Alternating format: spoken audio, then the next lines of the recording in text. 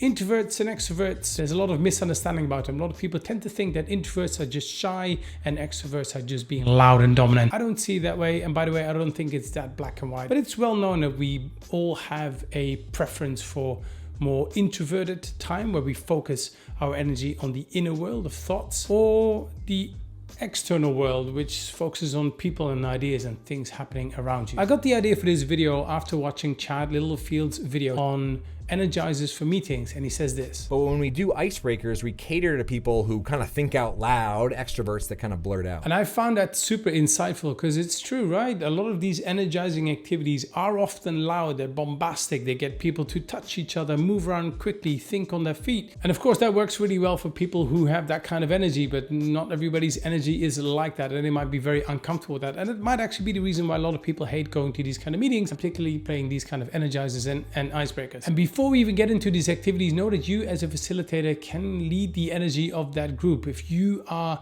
very loud in your movement, the way you project your voice and your energy, that works really well for these people. It might not work for those people. So just being aware about your body language, how you project your voice, and maybe dialing that down a bit. I've worked with teams in this side of the world that are culturally a bit more introverted, but everybody has an energy dial on them, and everybody has what I like to call a little monkey button. We like to have a bit of fun, even though our ways of fun might not be the same as those people over there. Anyway, here are a couple of activities you can run that cater for a more introverted team. The first one's called Stop. Hey, what's that sound? Everybody look what's going down. Or give it whatever name you want. But they are listening activities. I did a video about that a while back, about playing sounds and people have to guess what that sound is. But you can make that even more fun. You can ask your participants beforehand to bring their favorite song, have it ready on their phone, and whenever you say it's Bob's turn, and Bob takes out Bob's phone and Bob will play that bit of music by the microphone, and the rest has to guess what it is. And rather than shouting out the answers, which again is very extroverted energy, you ask people, just keep it quiet. I want you to just type up the answer. We're going to go around the room, and whenever I say enter, we'll show the answers on the screen, or maybe a piece of paper like that, and then we see who's got them right. And by the way, these do not just have to be songs. These could be, let's say, little famous quotes from films. You can't handle the truth. Maybe they're famous voices. The lower your voice is, the better you sound. Maybe they are sounds from around the house. Maybe they're the recordings of your colleagues. Make up something, but it's all about a more kind of quiet activity where you listen attentively. Is that a word?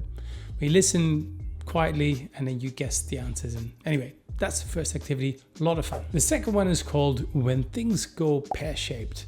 I'm literally making these names up, so you don't have to stick to these names. You can make up whatever you want. It's where you put people in pairs and you give them either a question or some cues for a quick conversation together. The reason I say assign people, because some introverted people might not be comfortable like randomly walking up to somebody else and saying, hi, I'm this and let's do this. So maybe you want to assign them. Maybe you even want to let them know that before you even start your meeting. But give them like a really interesting question, not just, yeah, you can do like, who are you? What do you do here? I get that. Boring. But you can ask more interesting questions, such as, can you say, tell me about your first vehicle? Not everybody has a car. I live in Singapore. Cars are stupid expensive. Like a car like that would be like $1 billion. But maybe the first vehicle, the first bicycle or ox, whatever they had. Maybe a story of a scar. I saw this one the other day online. I really like. So everybody might have a little. I did this yesterday, by the way. I was running and I kind of grazed, but anyway, it doesn't really matter. But a story of a scar that you have, your favorite food experience. If you know people are foodies, maybe their greatest food experience they've ever had. Or you can even say something like, describe 3 pictures on your phone. So take out 3 pictures that you want to share and share it with somebody else. Simple as that. And that's all. So you put people in pairs, you give them time to discuss it. It will not be that overwhelming because it's not one big group discussion when people shout out the answers. It's nice and intimate, it's structured enough. And then you could even ask people when they come back to share like their top highlights. Or maybe, let's say you ask them about their first vehicle. You ask a couple of people to share back, and be mindful that when you say, well, a couple of people share back, you'll definitely have the extroverts talking first. So maybe you go by length of hair from shortest to longest, whatever works for you. And the third one is called Draw Thy Neighbor. Simple as that. In the pairs you had before, they draw each other and they share the drawings back. Or everybody, all 10 people are on the screen. You ask them to draw somebody from the group, and on 3 everybody shows, and then you as a facilitator have to guess who is who, or they have to pick out their own drawing. Or you can even take this a bit more creative, and you could do something called Imagine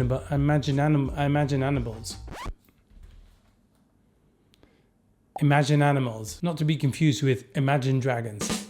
And here's how it works. You ask everybody without letting anybody else know, in silence, you ask them to pick their 3 favorite animals. And then you ask them to create one drawing, one creature that depicts all these 3 different animals. Which in my case is something like a penguin, an elephant, and a shark. And then it will look something like that. So give these a go. Leave me a comment below. I'd love to hear how they go for you, and understand not everybody is, it's not that black and white. The reality is a lot of these activities are very extroverted. They're usually quite loud and quite physical, and you need to understand as a facilitator, not everybody likes that kind of energy. So having different activities up your sleeve that you can pull out is definitely the way to go.